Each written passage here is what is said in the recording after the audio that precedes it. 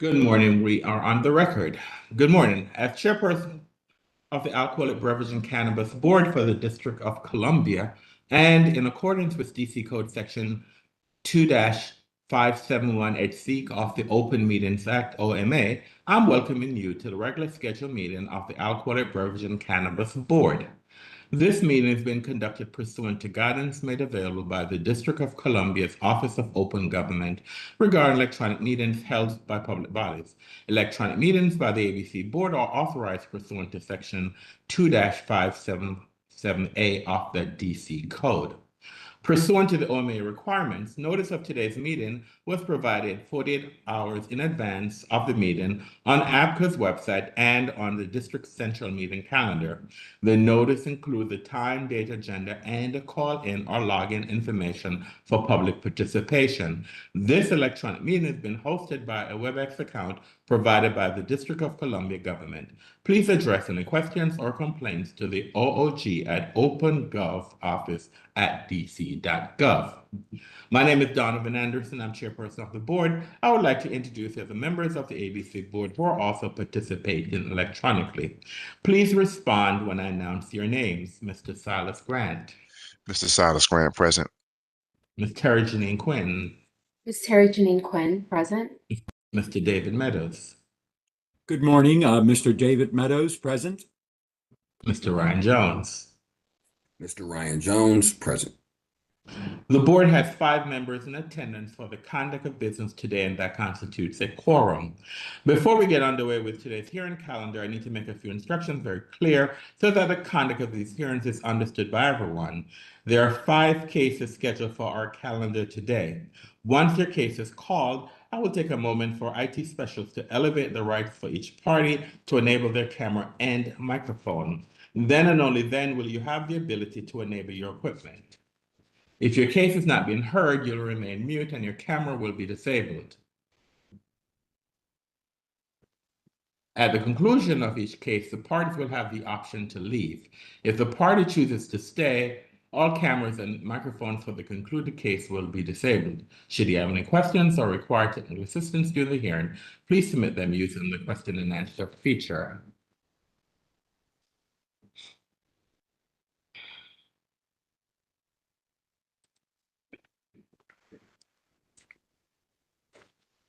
All right, give me 1 minute, please.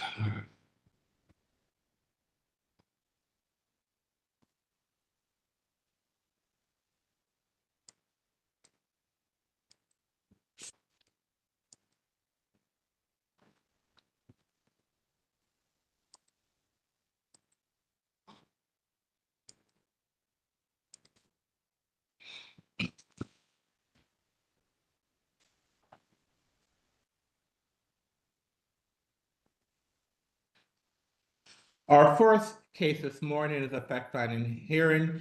It's Local D, license number 127945. Good morning, Ms. Doriana. Can you please elevate the rights of the parties in this case, please? Just to confirm, you said local? Yes, that's the first case on our calendar, yes. Okay, 1 second.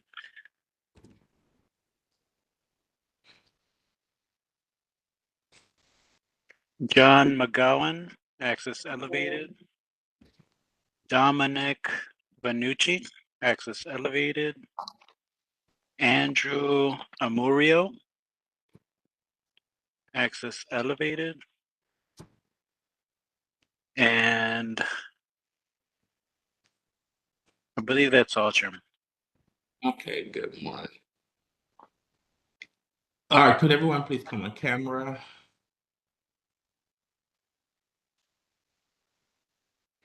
Hi there.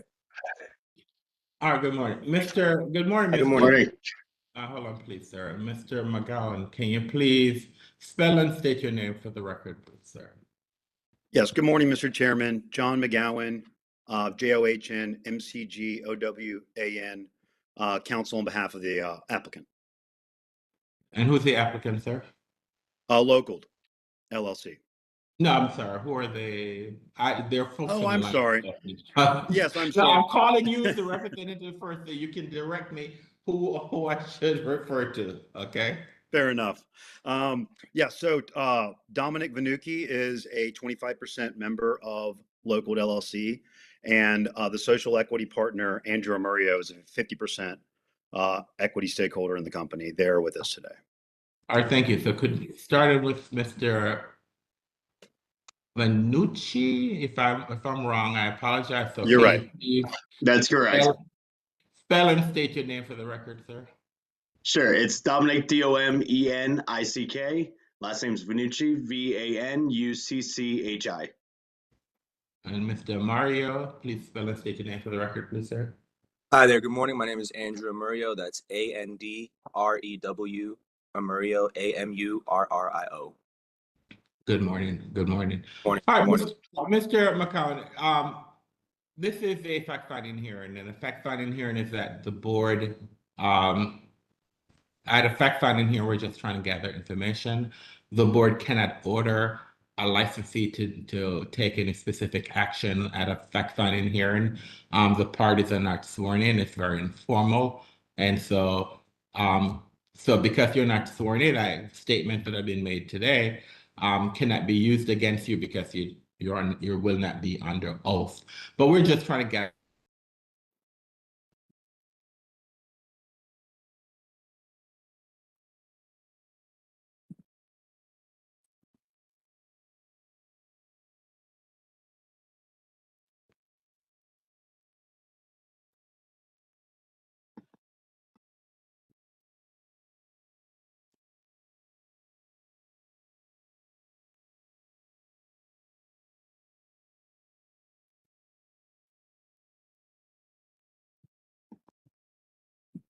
I'm working with the chairman.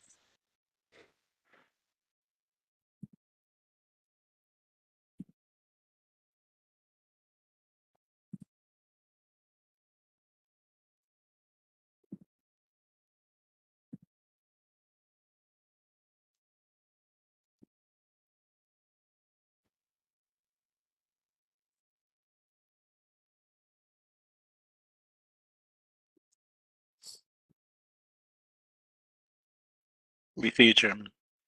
I'm sorry. Is everyone back? I lost power. So is everyone back? Yep. Cool, but I don't see Mr. McCowan. We can see you, chairman. Nothing. I don't see him. Is he on the line? I don't see him. That's why I don't see Mr. McCowan. Sorry, you might have to let him back in. There he Apologies. is. That's on me. He's back in now. Thank you. Hi, apologies. I think my computer froze up as well, Mr. Chairman, so I'm back. I lost power, so. Oh, okay.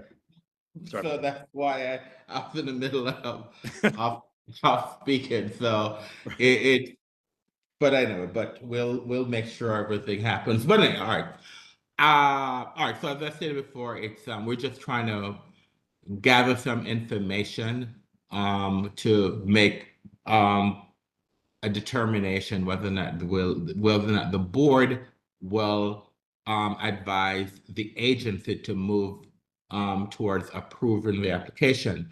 I know that this has been a long road for this licensee. There's been some bumps in the road. So maybe Mr. McGowan, you can just set the table for us. Let us know where we are. I have some questions that I will ask that one of the owners can respond, but you can start off by setting the table. Sure, appreciate that. It has been a long journey, as you suggested. It's been more or less a 2-year process trying to, identify viable property, and get it built out and call for final inspection. And local previously applied for an internet retail facility, which was in a zone D1R space, and it was denied before licensing because of zoning. And so that was in July of this year. And so they quickly pivoted and found another location that's viable. This is the license that is being considered. And they built it out to compliance with security regulations. And Supervisor Investigator Peru conducted a few final inspections, and it has been cleared as compliant, and the final inspection was passed as of, I believe, late October 2025. And we are now just waiting on the final step, which would be, getting approved in the licensing docket after this fact-finding hearing. And if they were able to be approved this month, understanding we're close to the holidays, I anticipate they would be able to open early January. And if I'm speaking out of school, the owners can please tell me, but that is how close they are to becoming operational. It is a social equity applicant. Mr. Amurio, as you said earlier, is a social equity partner. He is a 50% owner. And there is no change to ownership needed at this time. If there's anything you want to ask or I've left out, Mr. Chairman, please let me know. So who are the, and I just want to put this just on the record. I know that they introduced themselves, so just who are the owners and the management team? So, Mr. Vanucci, I think you're right with the pronunciation. Mr. Vanucci is a 25% stakeholder. Mr. Amurio is a 50% stakeholder, and there's a third owner who's been disclosed and been approved by the board, Alexander Shi. He's not a local. He's more of a silent partner. He's not managing any of the operations, but he is a 25% stakeholder. And this applicant, on behalf of the applicant, my firm, we submitted the proper request to the board in February of this year to add Mr. Shi as an owner, and it was approved. So he is the third partner. In light of the short notice and being out of state, he wasn't able to attend today, but we're hoping that, with the majority owners and the two operating partners, who is Mr. Vanucci and Mr. Amurio, that would satisfy the board. So who's making legal and management decisions for the business? I think they're co-managing members of the company, but if you want to ask my client, do you want me to direct it to my client? I'm asking the questions, and so if he's a party, want to respond, they Okay. can, because hold on a minute, you are the attorney, so therefore I'm directing questions to you, and then you can instruct your clients whether or not they should answer the questions, or if you want to answer it on their behalf. Okay, I'll answer this on their behalf, no problem. Yeah, they are co-managing members. They're both going to be managing the legal and day-to-day operations. But my law firm is also going to be retained as outside general compliance and business counsel to consult with them on legal compliance. So let's just provide some background on the business model, this business, please. This is going to be an internet retailer, so it's not open to the public. There's fewer, certainly, as you know, internet retailers than retailers in the city, but they will be delivering to patients. I believe they intend to start out with a 3-car fleet and grow from there. They're located in the DuPont area, so a busy area for patients and visiting patients, and a good area for a delivery hub, if you will.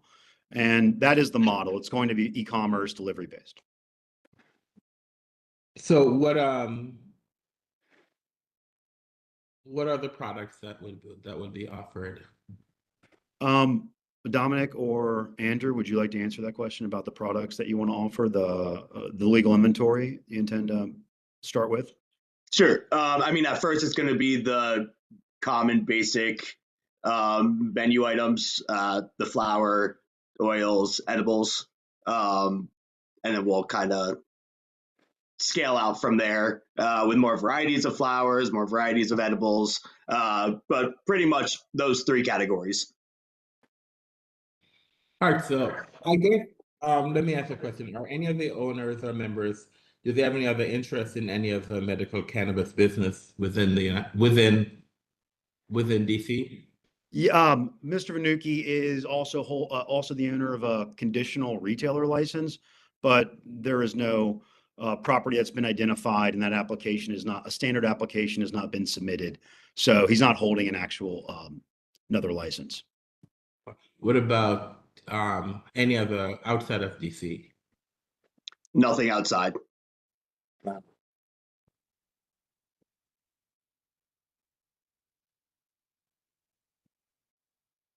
I guess maybe both of the owners can just give me some background about, tell me who you are.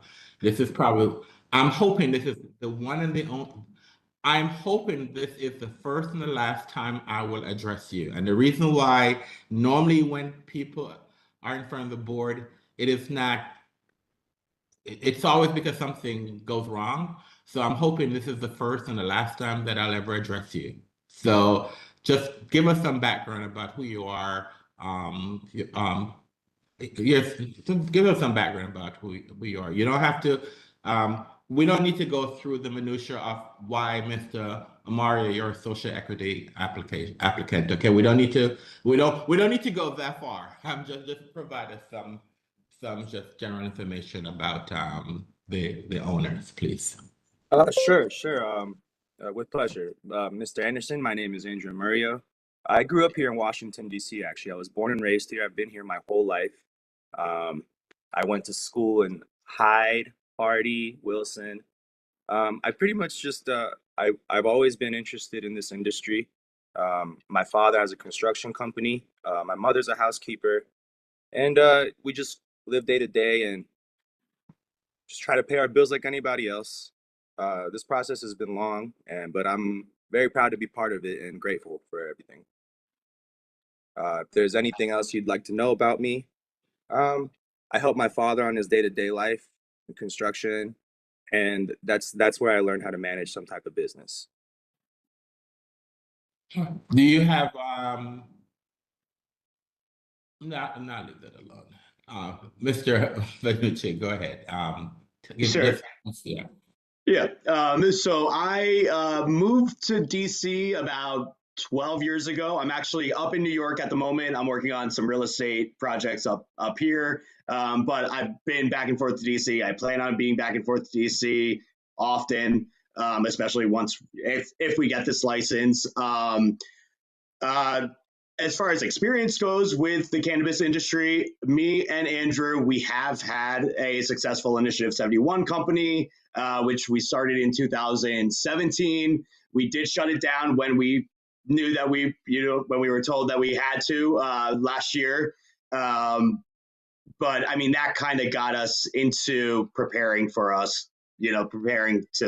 this day to be able to actually transition to open up a legal medical dispensary. All right, so how long did your business operate? From 2017 till last year, 2024.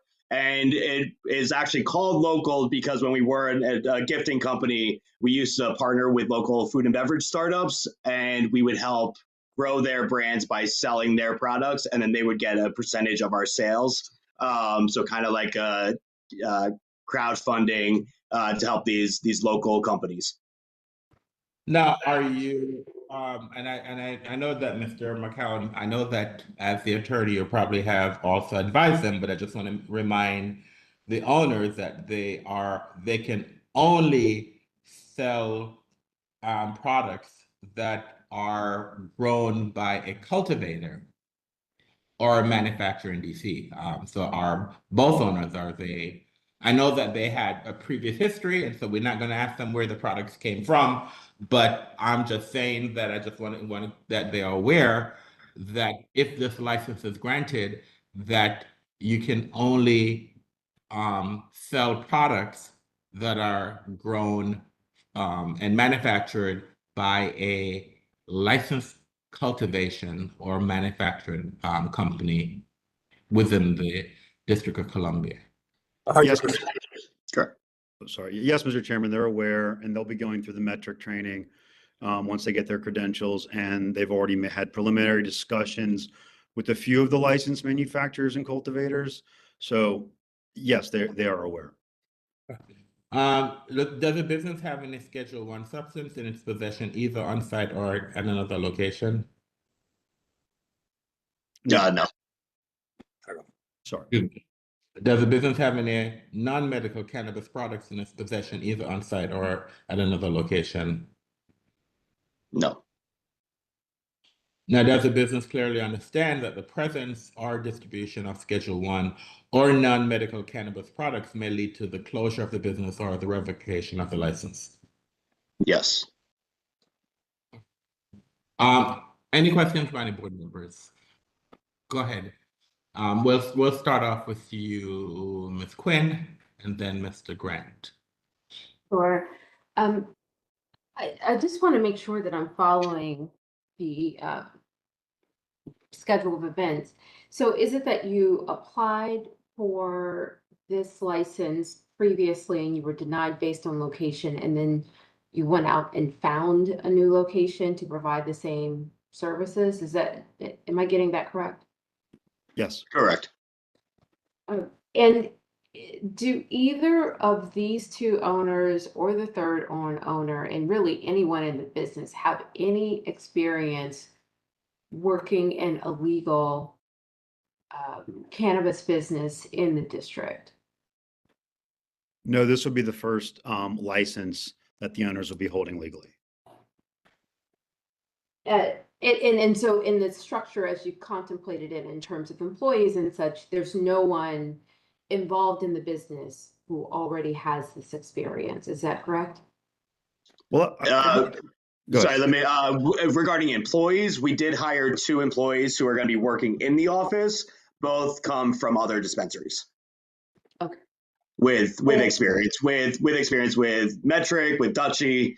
We specifically went out to find people with experience in previous dispensaries, licensed dispensaries. And what kinds of positions will these two individuals hold? They're going to be associates right now, working in the office, with plans to make them managers. And is that between that and the metrics training that you have, that you're contemplating, is that kind of the scope of your plan to like educate yourself to make sure you're able to stay in compliance with the rules? Yeah, correct. We've also done a lengthy training with Dutchy as well, Dutchy Pay, and then obviously with John and Meredith's help, just guiding us through the laws. The last piece is really the metric training. All right, thank you for that. You're welcome. Mr. Grant? Board Member Quinn actually sort of went down the path I was going to go down, but good morning, everyone. Just a question about your relationship and engagement so far with the agency. I'm just checking in to see, are there any outstanding questions that you have not had answered that you need to get answered for educating you so that, as the chair mentioned, we don't have to see you guys again, right? So often when we have other hearings, there are people who will make the claim they didn't know, or they may be ignorant of the facts. So I want to get on the front end, get in front of any challenges you may have with the communication channels with the agency, but also if there are any specific questions that are outstanding that you all have not got answers for. I don't think at the moment, at least for me, I will say that any questions that we do have, and I think Mr. McGowan could confirm this, we go to them for pretty much everything, just to make sure we're doing everything right. Anytime we need any, clarification, of course, we're going to continue going through them to make sure that we're doing everything the correct way and following every law. I mean, this has been a long process, so the last thing we want to do is mess something up on our side, to have to see you guys again. But as of right now, I don't have any questions.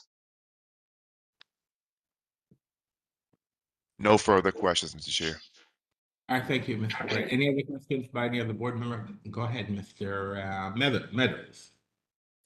Hi, good morning, gentlemen. You mentioned Mr. Alexander Chi. How do you spell Chi? It's she, Shi. SHI. S-H-I, okay. Yes, sir. And he's out of state, I guess, New York. He's actually in South Carolina. Okay. And you were going to have a fleet of 3 vehicles. Have you already made those purchases? Just to clarify that, we're actually back to 6. We have 6 drivers Oh, you're who, 6. yeah, we've registered actually, I think pretty much all of them with ABCA. I'm just waiting on a few more to get their actual registration. But they all have their vehicles. They have their lock boxes, their cash boxes, their GPS locators. They all have everything that they need to get started. Yeah, because that leads me to your safety plan for those employees, especially as a delivery service. We all see on the internet where someone's selling online something, and they're, the person on the other end could be there to steal it from them, not to purchase it. So you have a safety plan developed that We you're do, and following? on top of that, we actually are not going to accept any cash for that reason. Mhm. I'm sorry, Andrew. Yeah, we're not going to accept any cash at all for safety reasons. Okay, thank you very much. Thank you. Any other questions by any other board members? Mr. McGowan, on behalf of your client, any final comments that you want to make, or anyone want to make any final comments? No, sir. However, we do appreciate the board squeezing us in today before the holiday. I know you have a busy agenda, so I don't want to waste any time. No questions for now. And we appreciate the board's time. Well, thank you very much. Thank you. The board will take this matter under advisement if the board decides to. So the next step is that the board will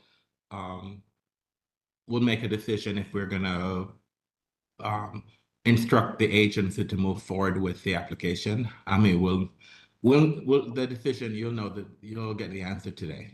Okay, so the decision will be made. So you will know today what the position is of the board and whether or not the board is instructing the agency to move forward with the application, with the Right. with the issuance of the license. Okay. Great. Thank you. Perfect. All right. Happy holidays. Happy holidays, everyone. And Thank you. for being here today. Thank And you. as Happy I said- holidays. And as I holidays. stated before, I do not want to see you again because I'm not going to be nice. We hope the same thing. All right. I'll All see you in right. January. Thank you. Have a great. Appreciate Thank it. Thanks again. Bye-bye.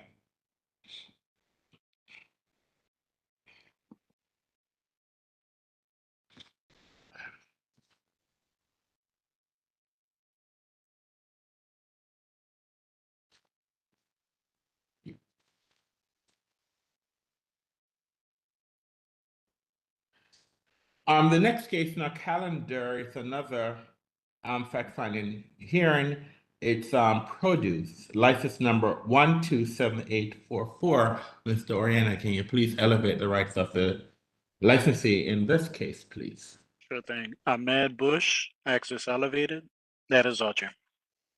All right, thank you.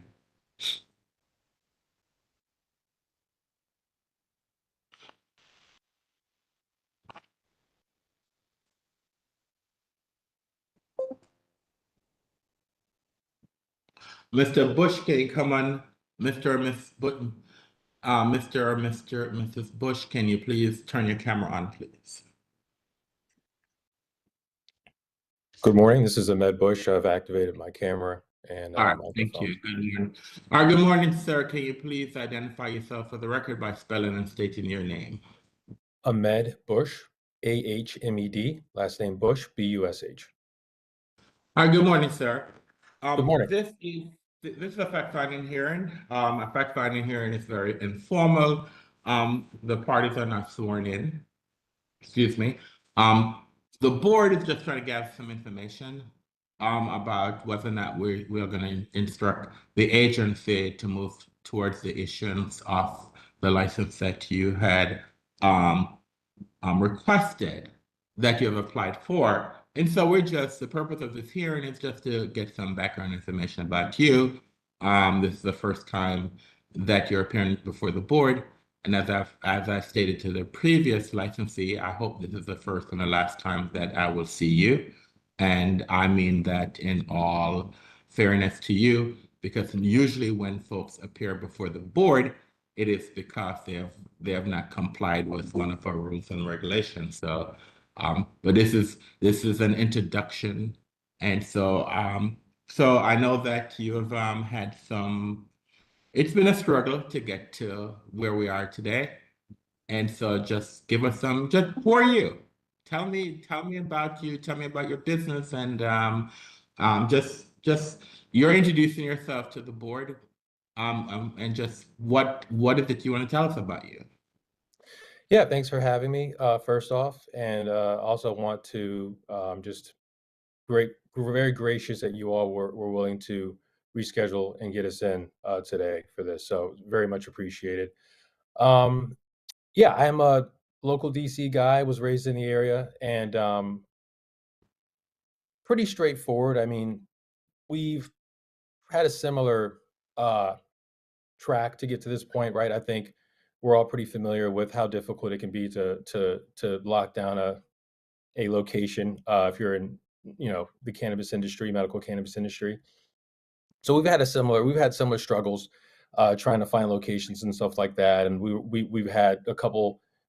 We started our process. It's probably 2023, where we thought we had a location locked down, and trying to negotiate deals in this industry, it can be challenging, right? So we eventually were able to lock down a location that was previously being used as a medical cannabis dispensary. It was previously approved and operating and successful, and we chose to go that route, and we're happy with our location, and looking forward to the potential. Um, yeah, I mean, I'd say, you know, you there isn't a lot that I'm going to be able to relay to you that you probably haven't already heard, right? So yeah, I mean, Well, that's pretty much. Mr. Bush, none of the agency licensing might know who you are, but no board member have any information about you. So maybe Yeah, you yeah, can, yeah, so you can tell us who you are because we don't have any information. The agency might have information, but the board members, we don't know who you are, sir. absolutely. Yeah, I have historically, as I mentioned, I've raised in the area, lived in DC for I think 20 years now. Um, I've historically real estate professional and also in design, real estate and design. I've been in cannabis. I've been a cannabis enthusiast for probably 15 years or so. Thoroughly familiar with the product and the plant, and have been waiting for the opportunity, patiently waiting for the opportunity to pursue a legitimate path into the industry. We're operator that has sort of basically kept we've been more concerned, I think, than um, a lot of the operators, and no shade to them. We appreciate everyone that's gotten us to this point, but we've been mostly concerned with trying to do our best to respect the city's um, sort of evolution to this phase of things. Obviously, there's been a huge Initiative 71 um, sector, and I think that us personally, the way things sort of play out, we're kind of a realist about it. We're content and how the industry, the local market, sort of kind of forced their way to this point. I think creating an Initiative 71 to gift cannabis, and then now, we're at this phase where a lot of the operators are being awarded, medical licenses, legal medical licenses to pursue their dreams and their passions in the industry, and we're the same. Um, So we were not operating an Initiative 71 gift shop or brick and mortar or anything like that, primarily because we were mostly concerned with just keep it casual, staying out of trouble. We were a part. We did take part in some of the pop-ups early on. I think that was before, way before COVID hit. Had a little one. My social equity partner had a little hiccup there, but after that, kind of just carried on with our sort of enthusiast approach. We've done some yoga type stuff and have had people come in, pay for yoga classes and stuff like that, and sort of gift cannabis. We've had an art gallery, and we've sort of operated that cohesively. But generally speaking, primarily speaking, we have been mostly concerned, and we've operated accordingly with respecting the city's process. And that's pretty much sort of our history. I could go on and answer any specific questions you guys might have, but that's sort of me, who I am, and yeah. All right. All right. So who are the owners and the management team? Yeah, so me, Ahmed Bush, and my 50% social equity partner, Bahar Aligband. She's actually, I think there was a miscommunication. She's actually on the webinar now, and was expecting to be present visually on the webinar. So I don't know. What is her name? And Mr. Oriana, can you please, what's her name? Her name is yeah, sure. Her name is Bahar Aligband. All right. Okay, Just there she. elevated. Okay, ma'am, can you come on? She's a social equity partner. She's here. So, ma'am, all right, ma'am, can you unmute yourself and spell and state your name for the record? Sure. Bahar Alagband, Bahar, last name Alaghegband. Okay, As thank in you. dog. Okay, thanks. Go ahead, Mr. Bush. You were talking about who the owners are in the management. Yes. Yeah, we're both 50% owners. Bahar is the social equity partner. Yeah, I mean that's who we are. So, I'm sorry. What's your last name again, ma'am, please? Alagband. Sorry, it's a little complicated. I'm sorry. What? Alagband. Alagband. Yeah. So can you just tell me, give me some background information about who you are. You don't need to tell me why you're a social equity applicant unless you want to. All right, but I'm just trying to get some background information about who it is. Tell me about who you are, please. Sure. I am an immigrant who has grown up in Maryland and DC and Virginia my whole life. I attended university in Washington, D.C. I currently live in Washington, D.C., work in Washington, D.C. I'm also a licensed therapist in Washington, D.C. right now. So that is who I am. I don't know if there's anything else you want me to add. Grew up in the area, have been a longtime fan of living in DC, and would like to contribute to it. All right, that's fine. As I said before, this is your opportunity just to introduce yourself to us and you share with us. I have some questions I'm going to ask, but you can share with us whatever information you choose to share with the board. All right. All right. So who's making the legal and management decisions for the business, Since I start off with you, Mr. Bush, I'll continue with you, and either person can respond if they so choose. Sure, I will be. So you're saying you, Mr. Bush, is making the legal and management decisions of the business. Is that what you're saying? Yes, sir. Correct. And and what's the relationship between it? You're both 50% owners, and I guess what's the relationship? Are you two related or just business associates? Oh, we're partners. We've been partners for, I don't know, I think it's been 12 years or so. We're business partners. We've romantic partners, and yeah, my dearest friend.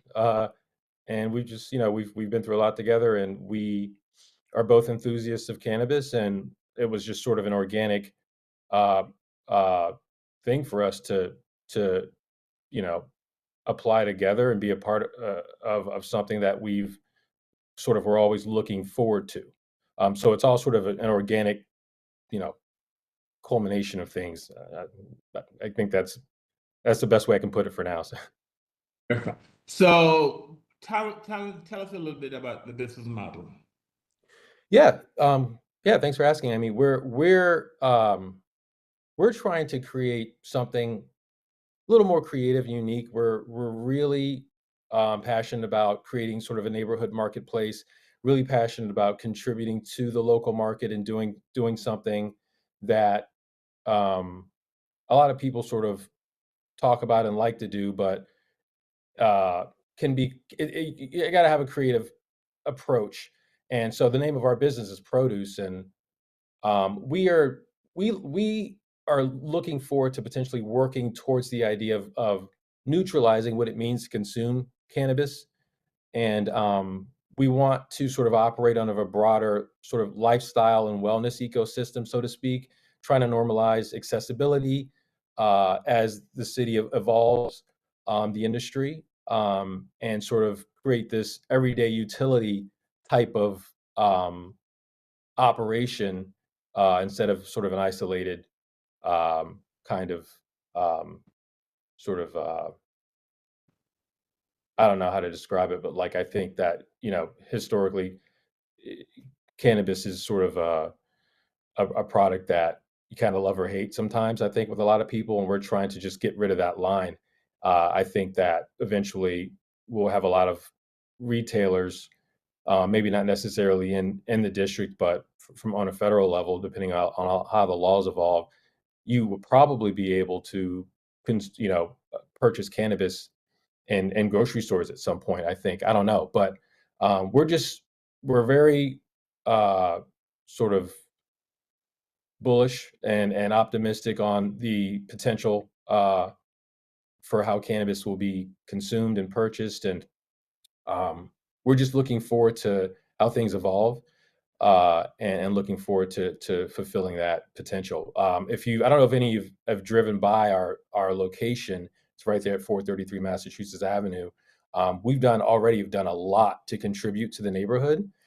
We spent about maybe $6,000 or $7,000 just on the exterior of our location. Completely redid the landscaping out there. It was just weeded. We had a weed that looked like a tree. It was so large. We redid both landscape beds, filled them with roses, some Japanese ornamental type plants. I don't know what they're called, but there's roses. There's 2 beds of roses, and then there's about 8 planters also with roses, and kale as well. And we put a new sign up. The sign is absolutely stunning. We've had so many good um, just the people walking by have really commented positively and are all responding positively to our presentation, and we haven't even opened yet. We've had the local ANC member, the chairman, come by and just he lives in the neighborhood, so he had just come by while I was out there. We shook hands and spoke, and he was really uplifted by the way we're presenting. So I think we're on the right track, and we're just really, really consumed. And as I told the inspector this when he came by and approved this, that we're just consumed and contributing to our neighborhood, to the local neighborhood, to the local market in every way possible. And we've just been waiting for this opportunity. So yeah, that's what I have to say about that. So, what type of products would you be carrying?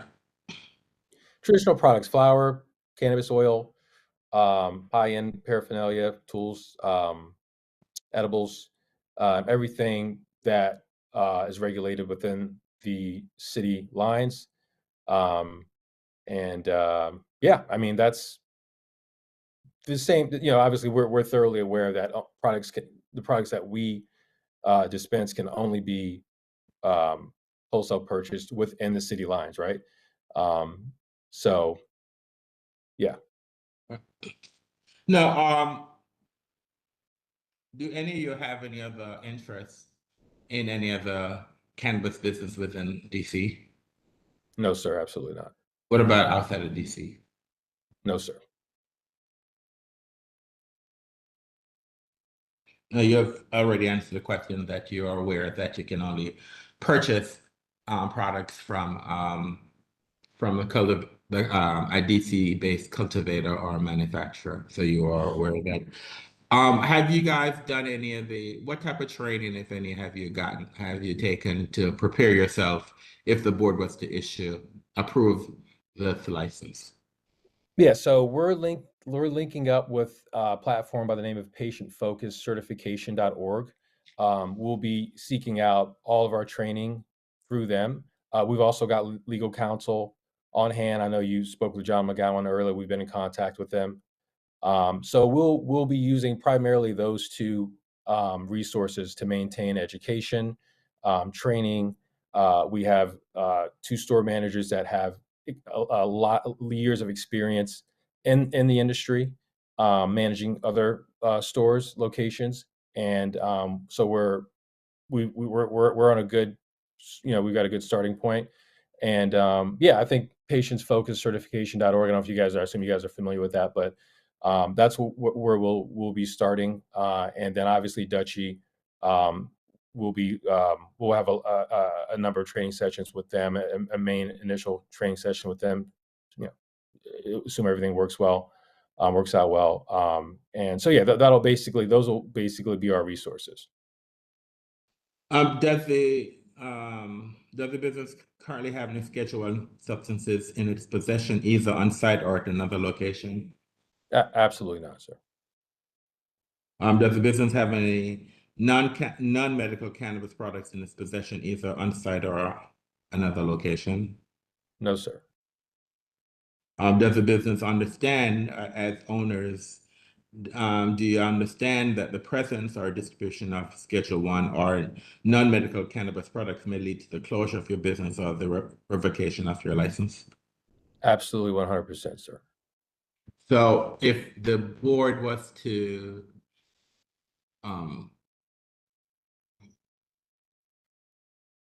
instruct the agency to move forward with the issuance of the license, tell me, when could you operate? The board is going to make a decision today, so you'll get a decision today. But when would you be, if say, for example, the board authorized the agency to move forward with the issuance of the license? So when is it that you would be ready, you believe you could be ready to be operational? I think the safest and most professional answer would be to say that we'd be operational no later than January 1st. I think our goal is really to be open for Christmas.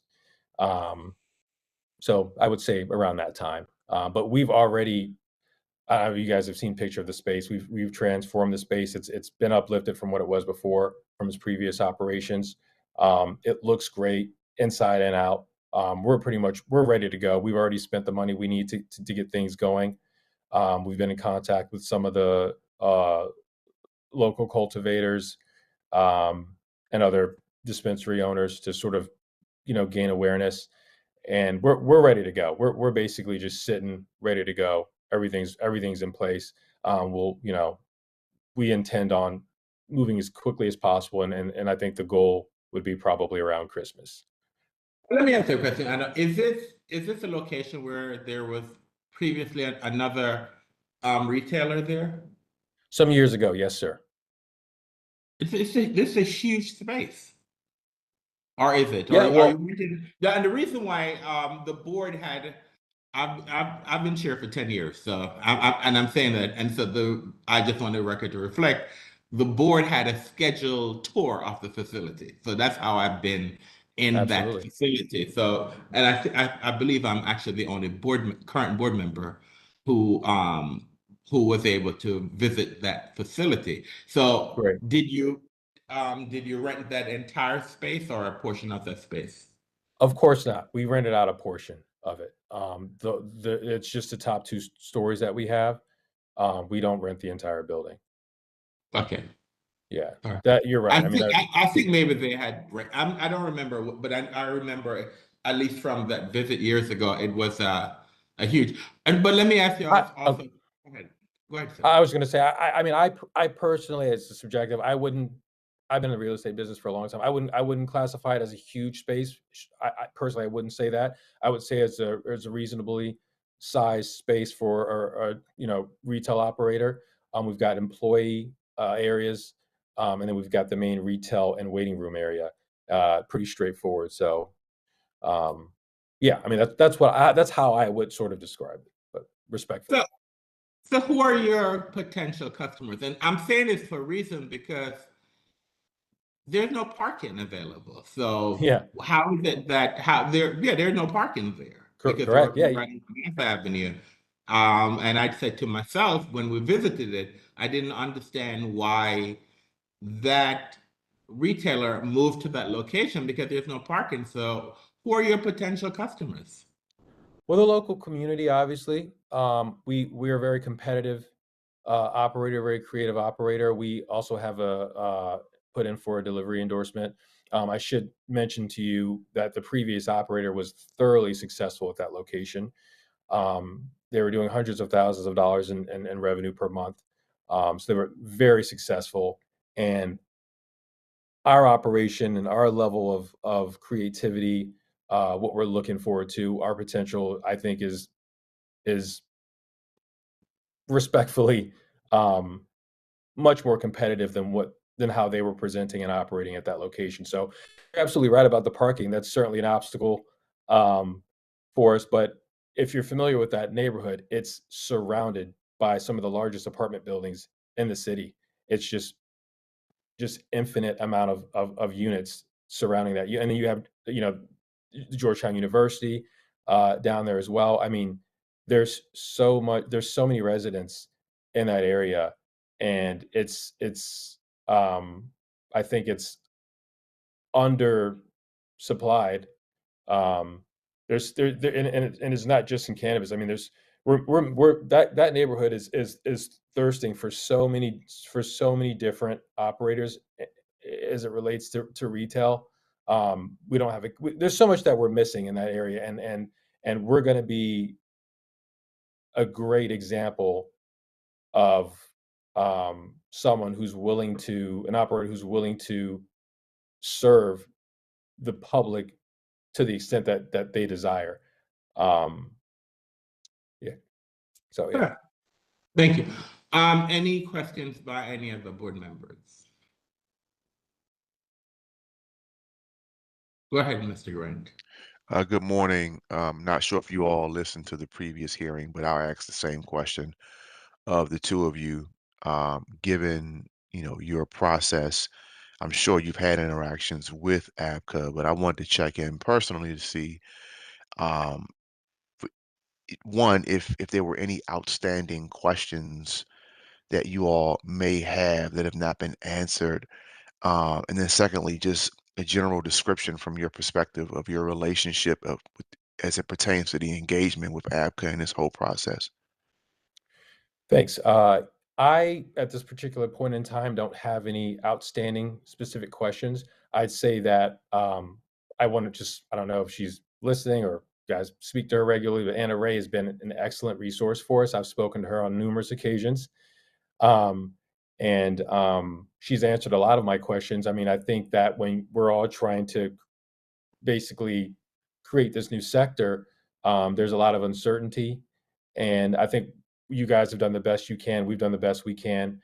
So at this particular point in time, we don't have any outstanding questions. I think, obviously as things materialize and we move forward, hopefully, things will pop up here and there. I've got Jason Peru as a resource as well. He can be pretty communicative when he's not so. I know he's a very busy guy, but yeah, I would say we're good for the time being. Thank you for that, and no further questions. Thank you. All right, thank you, Mr. Grant. Any questions by any of the board members? All right. Well, thank you. And if Mr. Bush or Miss, I'm sorry. I can't remember the names because okay, hold on. Go ahead, Miss Quinn. I can remember the names when I see them show up on my screen. Go ahead.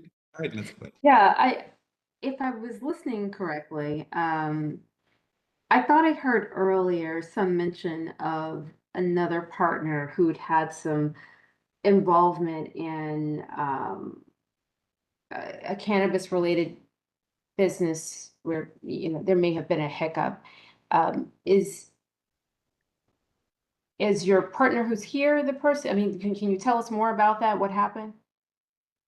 Correct. I was referencing not another partner. Barra Alagban's here. She's our social Okay. equity partner.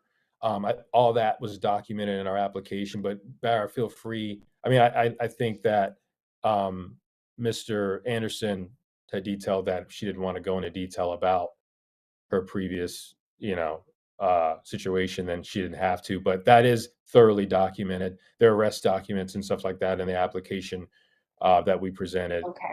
So that's all there for you. I mean, Sorry, subtle I didn't realize issue. that was part of this social equity piece. So Yeah, that's it. So there are no other partners, anyone involved in. Yeah, that's it. It's just us two, and nothing's that's all I was referencing.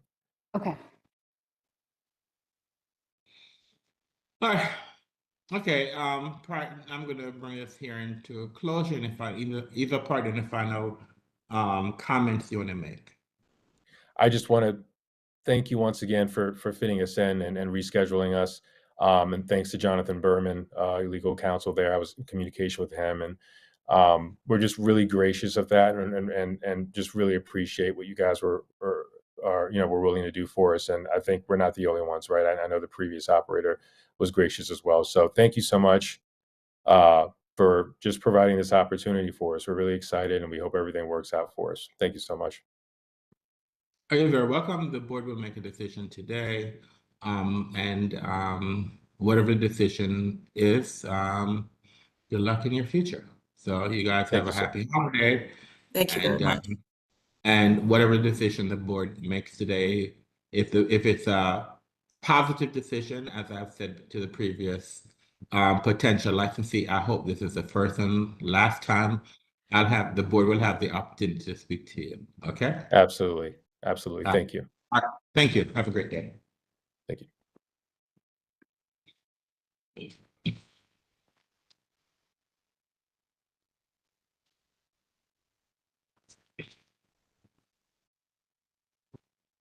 All right, the next case, we have another fact finding hearing. Then the next case is Aurora. And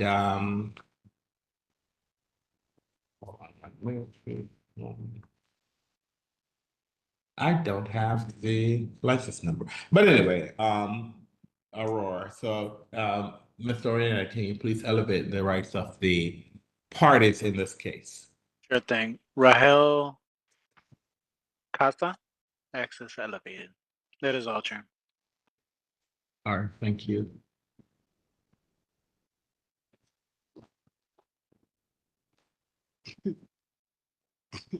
All right. Good morning. Can you please spell and state your name for the record? Good morning. My name is Rahel Casa. First name Rahel, Rahel. Last name Casa, Kassa. Good morning, ma'am. This is a fact finding hearing where the board is in the process. I think you had applied for hold on.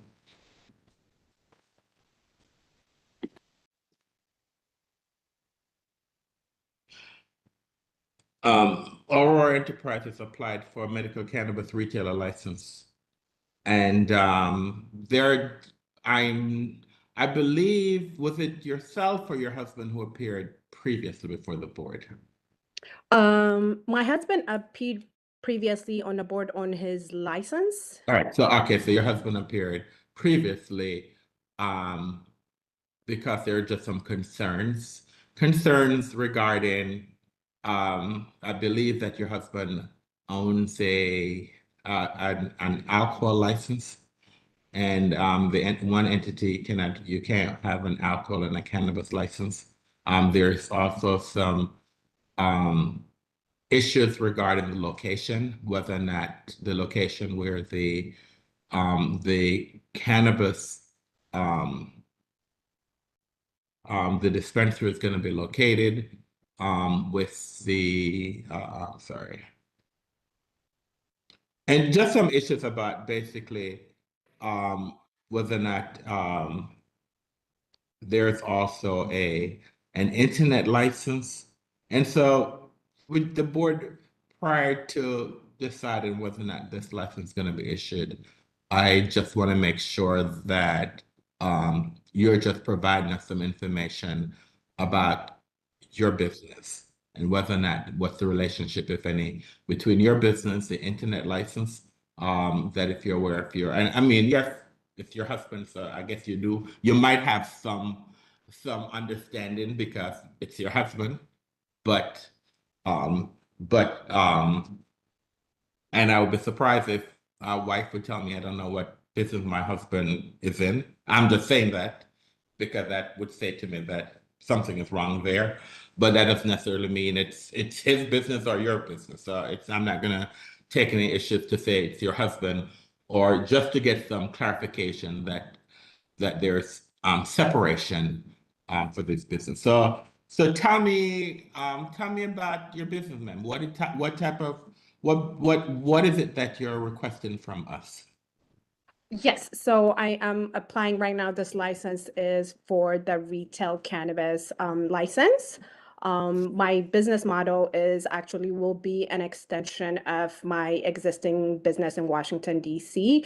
I have a market called Aurora Market, and we pride ourselves being a pillar of the community. We provide a space where we provide the community with affordable, healthy food choices and also a space for people to gather. We have a community shared space where a lot of the community member comes gather for ANC meeting, community meeting, and different kind of events that we host in the space. With that being said, I grew up in Washington, D.C. I went to Cardozo University, my Cardozo and UDC. My background is in nursing and social work. I have spent prior to COVID as an AFR family readiness group lead in military. My husband is a retired veteran, so I provided support to a lot of military members. And also, as a social work, I worked during COVID with Montgomery County to prevent homelessness and reduce housing insecurity. Through of that, I have come across the benefit of cannabis and how it aids people well-being and mental health. So I wanted to combine my experience from the social work and nursing background and as a grocer in Washington, D.C., and bring that community-centered medical cannabis dispensary in the community that I grew up in. I lived in Ward 5, and actually my business is in the same block I grew up in. My family had businesses in that corner for the past 20 years. And I wanted to be able to present a space where people feel comfortable and learn, not just have the access to consume cannabis, but come and learn so they would have a better understanding of the benefit of the cannabis and kind of lighten the stigma surround it. All right. Oh,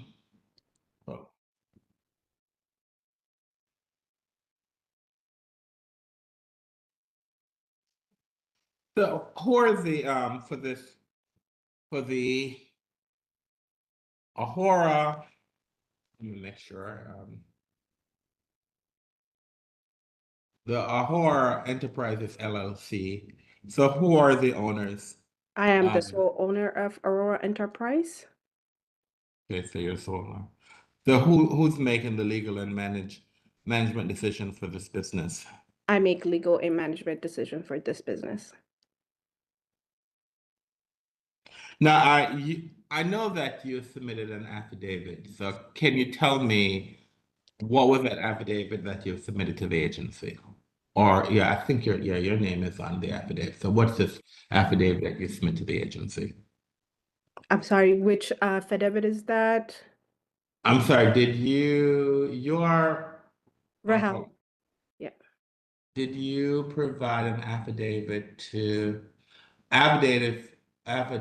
for Visionary Management Association, Cannabis Interest Retailers License, and Aurora Enterprises LLC cannabis retail store front located at 2006 Rhode Island Avenue Northeast. Are you familiar with that affidavit? That Visionary Management is my husband's company, and Aurora Enterprise is mine. And that affidavit, if I correct, and it's been a while, there's a lot of paperwork, but is to attest that legal and management decision are separate, and we make sole decision independently to our companies and how it operates. So tell me about, but both businesses are located, so um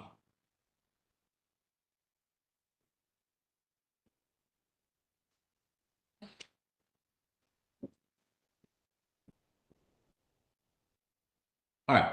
So tell me about what separation, in a sense of physical separation between, or tell me about the space. Tell me about the building. What's in the building? Oh, okay. So the building have two labels, a first floor and then a basement floor. So in the basement floor, we have one entrance, and in the above floor, we have one entrance. So what we have done is I have a portion of the first label and a portion of downstairs where my safe cooler is located. And his side is half of the basement, but we have a wall in between us completely that separate us, and we have in the basement a lobby area that we share for egress, and I have my independent egress in the front door as well upstairs. All right, so you're saying, I'm sorry, you're saying that, so you have a shared space in the basement. I'm sorry, not shared, common area. It's an egress, yeah, for Egress. yes, for egress, yeah. And we said there's a wall. So tell me about the upstairs. So upstairs, when you come in, we have our reception area, and then another door to enter the main retail space. We have the retail space, and when you head towards the back, we have another wall that separates the retail space from employee bathroom and employee like shelf area, and then you will have an access to go downstairs. That downstairs straight takes us to a door. That door will lead to another space where where we like prepare, package, label, and then also that area houses an existing cooler that we had that is serving as our safe.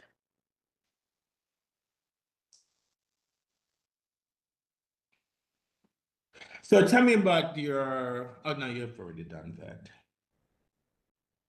So how many licenses have you, Ahura, applied for?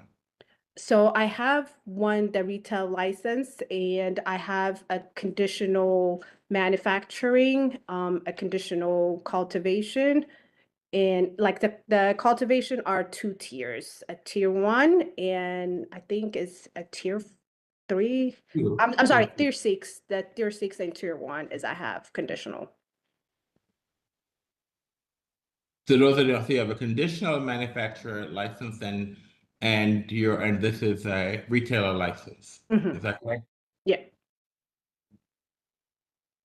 And so for the retail license, what products is it that you plan to what products is it that you plan to So sell? right now we'll be focusing on flowers and edibles. Those are so far the existing cultivator and manufacturers I was able, like legal, that I was able to visit and have already spoken to them. So right now I only have the ability to source the flowers and the gummies.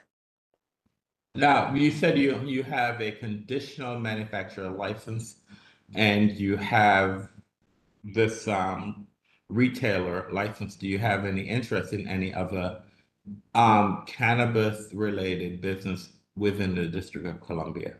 Yes, I stated I have 2 other conditional cultivation licenses, a tier 1 and a tier 6.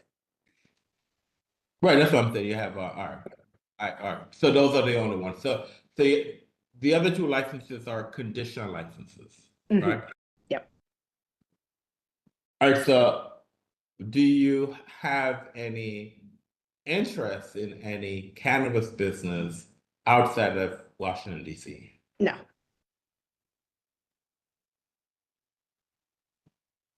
So,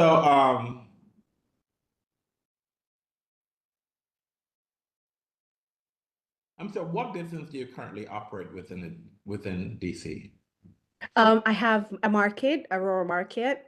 It is located in 500 Irving, right behind Howard University.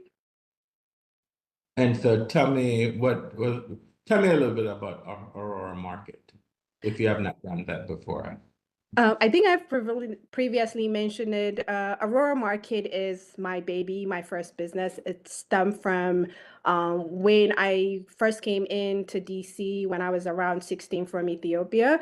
The only like food access I've had was corner stores. And I always was bothered by the fact when you go into your corner stores, there's no fresh fruit and fresh vegetable and everything was processed.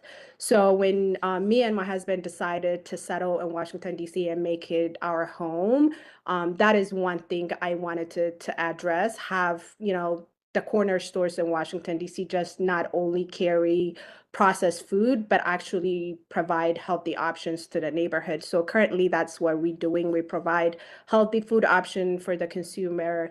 And also in our extra space, we created a community space where we allow local artists to come put up their works and sell it, advertise it. We don't take any commission or anything on it. We just provide a space where people can express themselves and also get good, healthy food.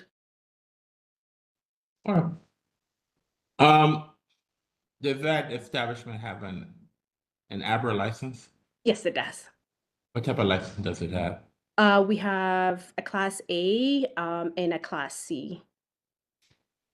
All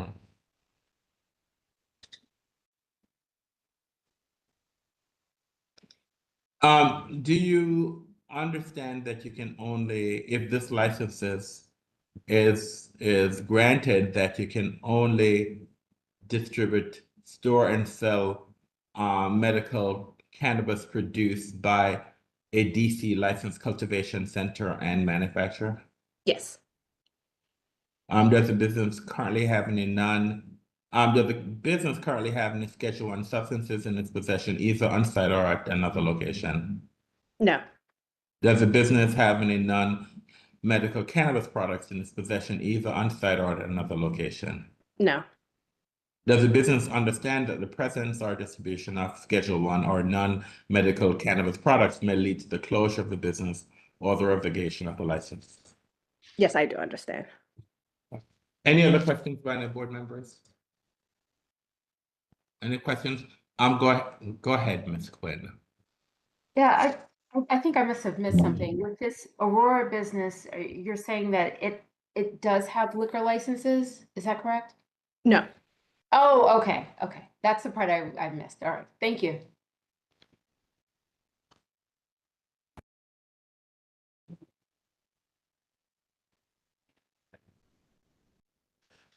Go ahead, Mr. Grant. Okay. Again, good morning. As I asked in the first 2 hearings prior to this one, I'll ask the same standard question. I want you to just generally describe your relationship as far as the engagements you've had with ABCA so far. And do you think there are any outstanding questions that you've not had answered that you need to get answers to that will keep you in compliance if the application is approved? I don't have any questions right now. My engagement with the agency have been great. Miss Anna, Miss Nichelle, Supervisor Peru, has made themselves available to answer all of the questions we have, whether it is compliance or even providing resources as to who we should be talking to. So It's been great. Like I said, it's been a bumpy road getting here. We are all learning as things unfold and change, and I appreciate everybody's patience and also considering our email and allowing us to come do this hearing today. We really appreciate it. No further questions. Thank you. Any other questions by any of the board members? Go ahead, Mr. Meadows. Yeah, I just wanted to follow up on Commissioner Quinn's the Aurora Market. You said it had a conditional. I'm sorry, it had a Class A and a Class C alcohol license, correct? Mm-hmm. Yes. Okay. All right. And so your cannabis retail shop will that have a separate entrance from the market? Oh, they're located in a different location. Oh, there are two different locations. Yeah, two different locations. Yeah. And your conditional cultivation center, that's also at a third location? We still looking for a You're viable still property. Yeah. okay. Okay. Thank you so much.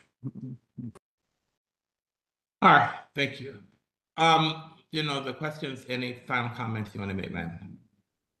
No questions, but again, thank you for taking the time before the holidays to hear our case. We really appreciate your time.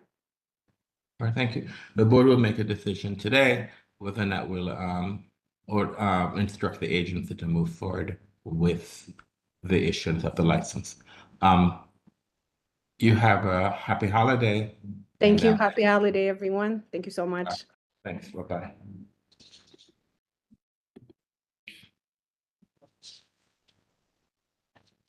And we're at the end of our morning agenda.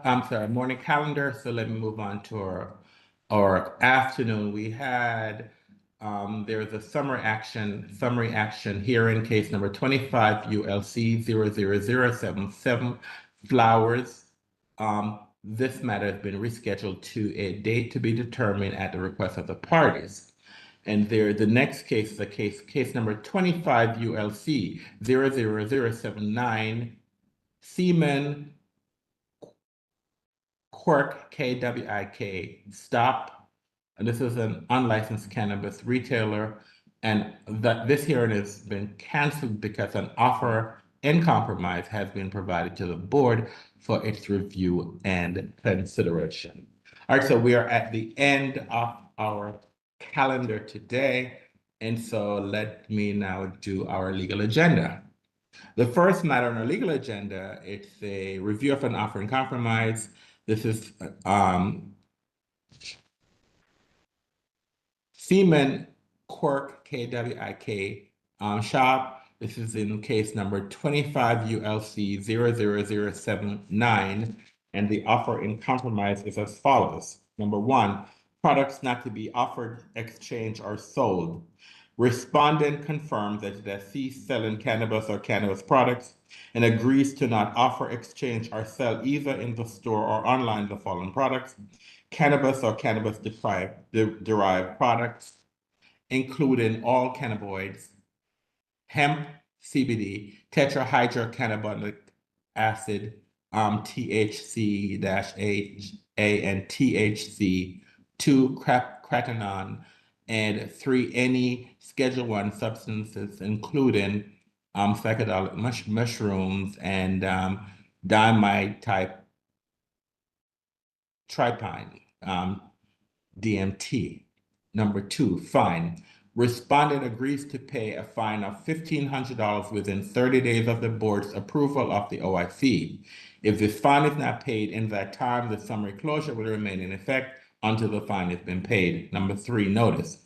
Respondent agrees that the matter constitutes a violation of DC Code Section 7-1671.08F and a subsequent violation of DC Code Section 7-1671.08F may be grounds for the board to issue respondent a fine up to $20,000 under DC Code Section 7-1671.08F2A. 4, inspection.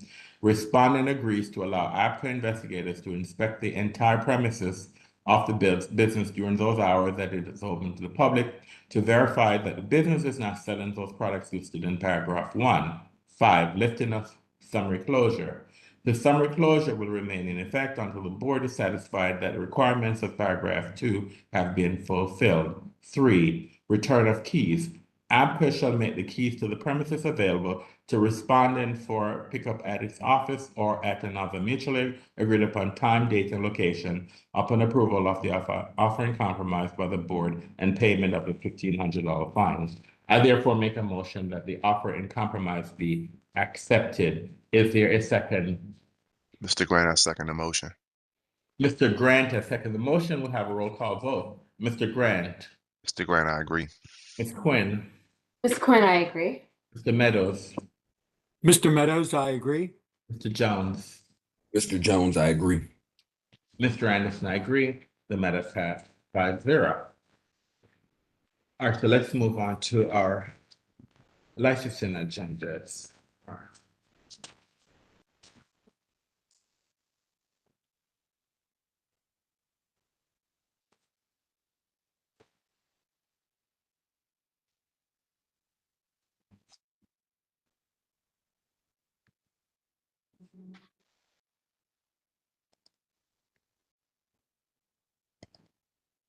The first agenda we'll be doing today is the alcohol licensing agenda. On the alcohol licensing agenda, there are 2 applications. I'll review all the names and both names, and then I'll make recommendations and a motion as the board to approve the recommendation that's put forth by the chair.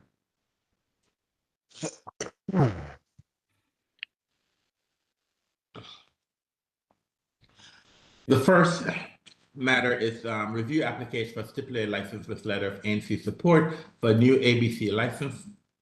This is Inspire Embassy Row, license number 134378, recommendation approval. Number 2, review request to update the business address of record for the catering company to 345 Smith Street, Brooklyn, New York, 11231.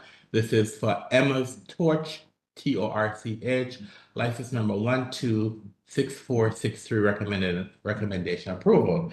I therefore make a motion that ABC board members vote to approve the recommendations that put forth by the chair for the alcohol licensing agenda. Is there a second? Ms. Quinn, I second. Ms. Quinn has seconded the motion. We'll have a roll call vote. Mr. Grant. Mr. Grant, I agree. Ms. Quinn. Ms. Quinn, I agree. Mr. Meadows. Mr. Meadows, I agree. Mr. Jones. Mr. Jones, I agree. And Mr. Anderson, I agree. The matter passed 5-0. We now move to the alcohol licenses supplemental agenda. Number 1 on this agenda, review application for stipulated license with letter of ANC support. This is Calico, license number 104594. I make a motion that we approve this letter of stipulated license. Is there a second? Mr. Meadows, I second.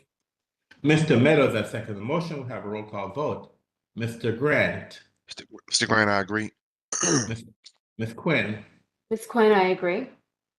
Mr. Meadows. Mr. Meadows, I agree. Mr. Jones. Mr. Jones, I agree. And Mr. Anderson, I agree. The matter passed 5-0.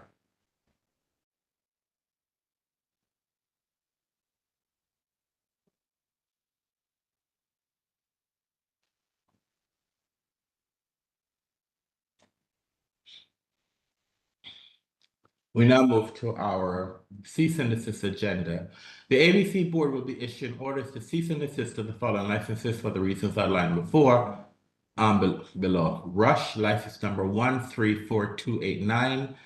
The license's renewal payment check was returned and alternative payment was not submitted. I therefore make a motion that the board issue a cease and desist order to Rush. Is there a second? Mr. Jones, I second the motion. Mr. Jones has seconded the motion. We'll have a roll call vote. Mr. Grant. Mr. Grant, I agree. Ms. Quinn. Ms. Quinn, I agree. Mr. Meadows. Mr. Meadows, I agree. Mr. Jones, Mr. Jones, I agree. and Mr. Anderson, I agree. The matter passed 5-0. Let's now move to the board's temporary license and one-day substantial change docket. On this docket, there are 4 applications. I will review all applications, put forth recommendations, and at the end, I'll ask that a motion be made to approve the recommendation that's put forth by the chair. So number 1, the request from Neba U. Holly, and the name is spelled Nebiyoou. The second name is Haile, Haile.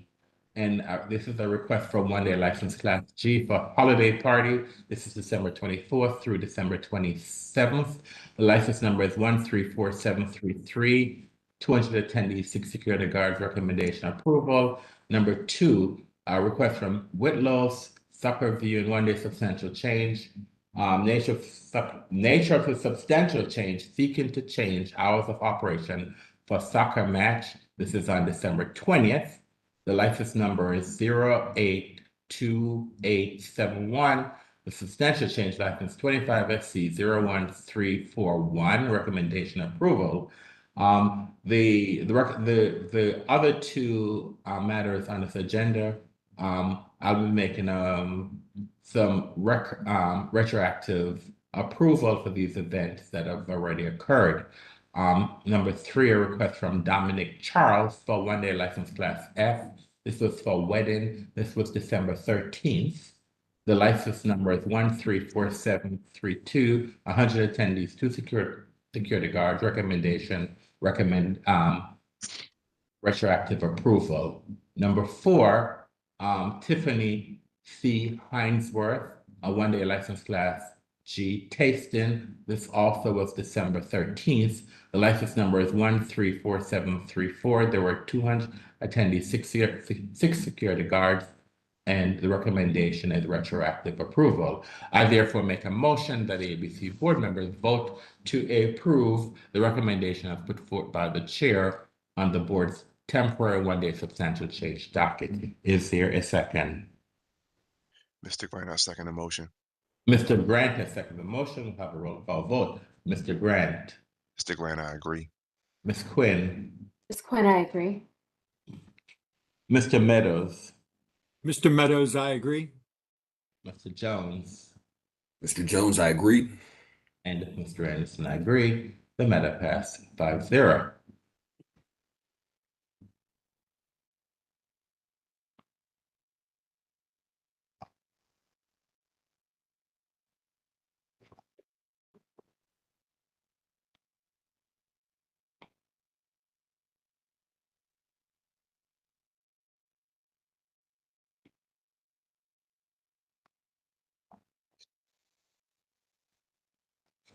We now move to the board's alcohol license administrative docket.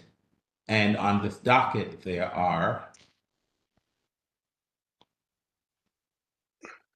13 applications, and without objection, I make a motion that the ABC board members vote to approve the board's administrative licensing, the alcohol licensing administrative docket for Wednesday, December 17th. Is there a second? Ms. Quinn, I second. Ms. Quinn, I second the motion. We'll have a roll call vote. Mr. Grant. Mr. Grant, I agree. Ms. Quinn. Ms. Quinn, I agree. Mr. Meadows. Mr. Meadows, I agree. Mr. Jones. Mr. Jones, I agree. And Mr. Anderson, I agree. The matter passed 5-0. Now let's move to the medical cannabis licensing agenda. There is one request on this agenda, which is a review of request to cancel standard application internet retailer license. This is for Verbs, VIBEZ, license number 127597. I make a motion that ABC board vote to cancel this license. Is there a second? Mr. Meadows, I second. Mr. Meadows has seconded the motion. We'll have a roll call vote. Mr. Grant, Mr. Grant, I agree. Ms. Quinn, Ms. Quinn, I agree. Mr. Meadows, Mr. Meadows, I agree. Mr. Jones, Mr. Jones, I agree. and Mr. Anderson, I agree. The matter pass 5-0. Now let's go to our medical cannabis license administrative docket. And on this docket, there are 7 requests. I will just 7 applicants. I will state the applicants, the class, category, and make recommendations. And at the end, I'll ask that a motion be raised for the ABC board members to approve the recommendations as put forth by the chair. So number 1, the request, the applicant was Ahura Enterprises LLC. This is a medical cannabis retailer with the delivery, educational tasting, and safe use treatment facility endorsement, recommendation approval.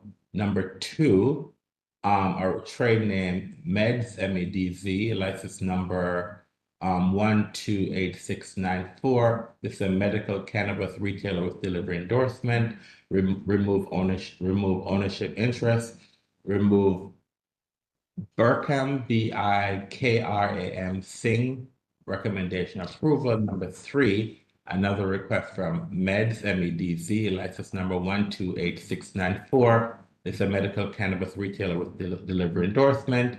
Add ownership interest, and it's to add Emmanuel, AMANUEL, Tesfaye, TENSAYE, recommendation approval. Number 4, another request from Meds, MEDZ, license number 128694, medical cannabis retailer with delivery endorsement, add ownership interest, and the name is MUHANED,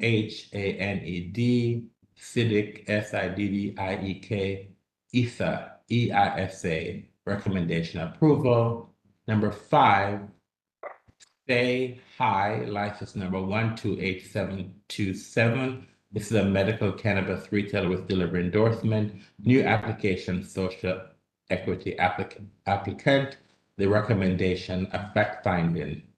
Number 6, Produce, license number 127844. Medical cannabis retailer with delivery and safe use treatment facility endorsement. New application, social equity applicant. Recommendation approval. Number 7, Local D, license number 127945, medical cannabis internet retailer, new application, social equity applicant, recommendation approval. I therefore make a motion that ABC board member vote to approve recommendations as put forth by the chair for the medical cannabis license administrative docket. Is there a second? Mr. Jones, I second the motion. Mr. Jones has seconded the motion. We'll have a roll call vote. Mr. Grant, Mr. Grant, I agree. Ms. Quinn, Ms. Quinn, I agree. Mr. Meadows, Mr. Meadows, I agree. Mr. Jones, Mr. Jones, I agree. Mr. Anderson, I agree. The matter passed 5-0. We're now at the end of our agenda items for the day, and if there are no more business, I will now close the record for the day. As chairperson of the Alcohol, Beverage, and Cannabis Board for the District of Columbia, in accordance with Title III, Chapter 405, Office of Open Government, I move that ABC Board hold a closed meeting on January 7th, 2026, for the purpose of discussing and hearing reports concerning ongoing or planned investigations of alleged criminal or civil misconduct or violations of law or regulations, and seeking legal advice from our legal counsel on the board's investigative agenda, legal agenda, and licensing agenda for January 7th, 2026, as published in the DC Register on January 2nd, 2026. Is there a second? Mr. Grant, I second the motion. Mr. Grant has seconded the motion. I will now take a roll call and vote on the motion before us now that it's been properly seconded. Mr. Grant. Mr. Grant, I agree. Ms. Quinn. Ms. Quinn, I agree. Mr. Meadows. Mr. Meadows, I agree. Mr. Jones. Mr. Jones, I agree. Mr. Anderson, I agree. As the motion has passed, I hereby give notice that ABC Board will hold this closed meeting pursuant to the Open Meetings Act. Notice will also be posted on the ABC Board Hearing Room Bulletin Board, placed on electronic calendar, on APCA's website, and published in DC Register in a timely manner as practical. We're now adjourned for the day. I want to thank the members of the public who participated in our hearings today, and also all our board members who participated. We're now adjourned for the day. I now ask all board members to return to executive session for further action. Good afternoon and thank you.